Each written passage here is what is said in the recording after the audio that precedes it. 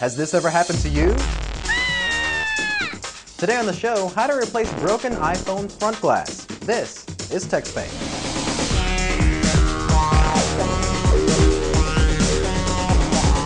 So the glass on the front of an iPhone is called a front panel, and if you're anything like the iPhone users I know, a broken front panel is nothing new. If you've ever dropped the phone and caused a crack, but the screen underneath is still working fine and you can see everything normally, then your front panel is probably busted. You can get a replacement front panel online at places like iFixit.com for around $50. But for $20 more, you can order the kit, which includes the tools you'll be needing to get the job done. That's just what we did, and now we'll show you how to get rid of the old one and install the new. Just a note, I've never done this before and will be recording my first attempt, so hopefully you'll learn from my mistakes. But I never make mistakes, so here we go. Now, just to be sure, the screen underneath, the LCD, works fine. There's absolutely no damage to it. So it's just the top glass that we need to replace. So what we did was we bought a kit from iFixit. Came in a box like this, and as exciting as unboxing videos are, I already unboxed it. And this is what came inside. You can see I've got a the iFixit guide from their website. We're not being paid by iFixit, we're just using their stuff, so if they threw a little money our way, that would be nice. Let's get started. So the first step is to remove the two Phillips screws from the dock connector on the iPhone itself. And remember, this is the first time I'm doing this, so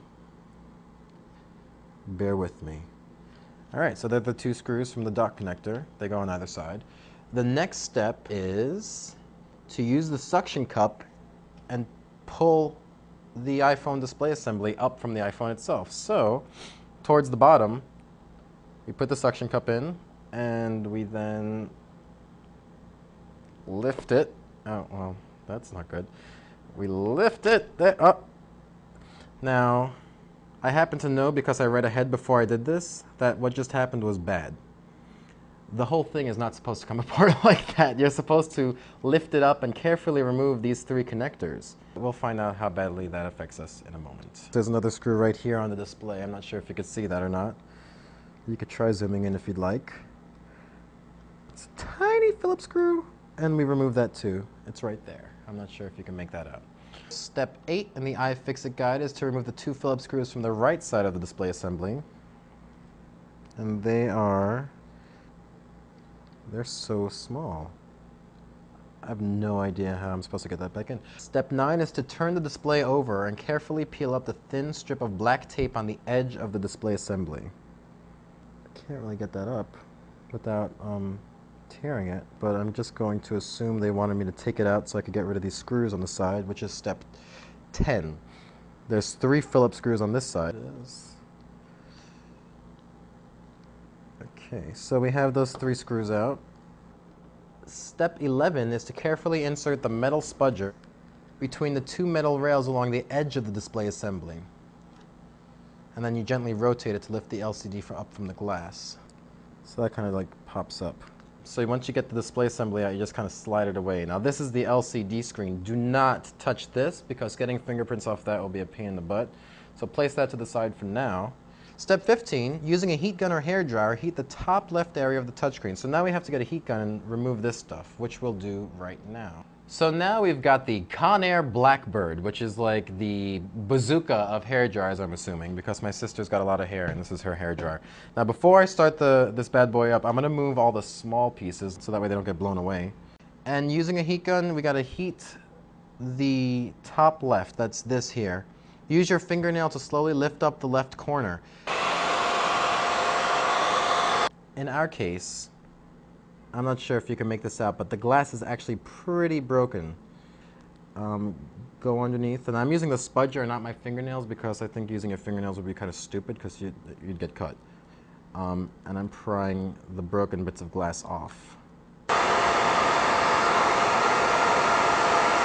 Bear in mind that underneath these broken pieces of glass are, I'm assuming, light sensors for the automatic LCD controls for the iPhone, so I don't want to break those.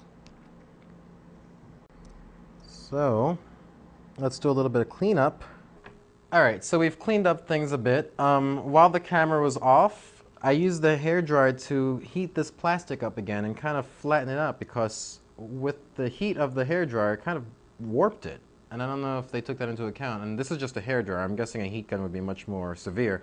So definitely be careful that you don't bend this plastic too much. A gentle touch and a lot of heat, I guess, would be the best way to do it, depending on how much broken glass you have. So at this point, this is where the instructions stop for the in the iFixit guide. So I'm assuming we just follow it in reverse and we should be good to go. I have all the screws here. I have the LCD screen. I have the iPhone 3G, the new top glass, which has protective plastic on both top and bottom, and stickers. Now these stickers, one of them goes here and one of them goes here. So I'm going to put those on now. So once you have the actual sticker on, you can remove the protective coating, which will actually make both sides sticky. Get rid of that. And now I'm going to take the protective plastic off the inside of the new glass. There's 3 pieces. And I'm going to place it over the plastic with the adhesive. So remember what I said about learning from my mistakes. The ribbon cables for the new glass should go underneath the plastic, and I actually just put the glass right on and now they're sticking out of the top. So I'm going to carefully peel this off. Oh, this is like live television, only way less cool and not live. Alright, so that was an easy fix. We now have all the connectors on the on the right side of the glass, as opposed to being on the outside of the iPhone, which would be stupid. Now, I'm going to take the LCD panel, and if you remember, we slid it out like this before, so I'm going to try to slide it back in.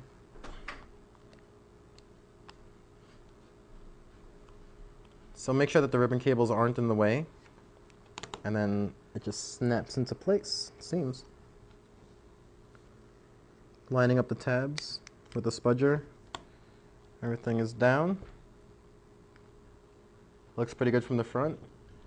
And so we'll just put these screws back in.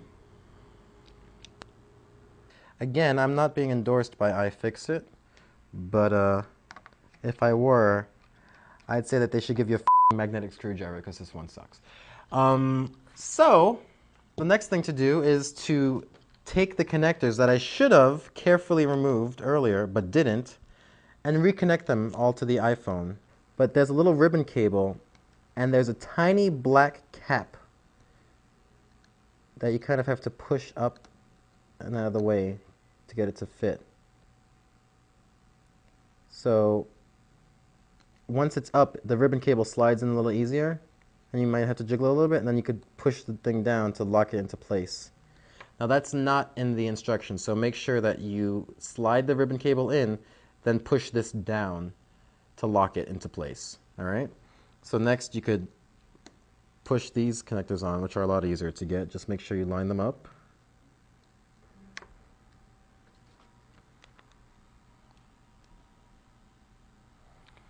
And before I finish it up, I just want to show that we have everything working.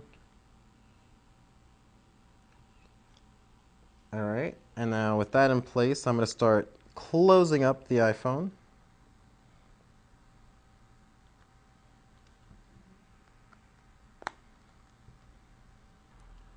All right. And once we put these 2 screws in, we will be done. There we go. Peel off the plastic. It's like a new iPhone.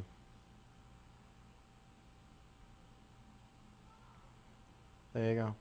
Beautiful. Unactivated. Sell it on eBay. iPhone 3G. Not S. Well, that wasn't so hard, was it? Remember, we'll be back in August with more episodes of the show. In the meantime, remember to subscribe in iTunes or YouTube, and if you have any comments or story ideas, be sure to email us at mail@techspank.com. Until next time, I'm James Papadopoulos. Thanks for watching.